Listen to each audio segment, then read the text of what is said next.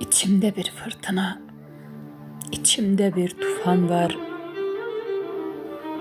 Gözlerimde pişmanlık, ellerimde kafam var. Canımı yakanlara bolluca bedduam var. Leş yiyen, irin içen iftiracı insanlar. Dediğine inanan yapışkan bir reçine. Biri beşine değmez, beşideki heçine. Nereden düştüm bu cahil cühelanın içine? Yaptıkları başa dert, kalbe sancı insanlar.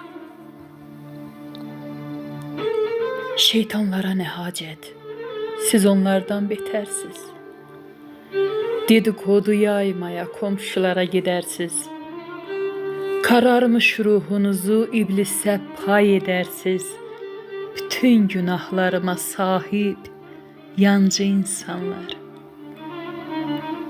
Tek yapabildikleri çöplükte eşelenmek, Müslüman maskesiyle baş örtmek, şeşelenmek, oruç tutup iftara kardeş kanını emmek, şeytanın hizmetçisi, muska, cinci insanlar. Doğruyu araştırın, kaldıysa imanınız.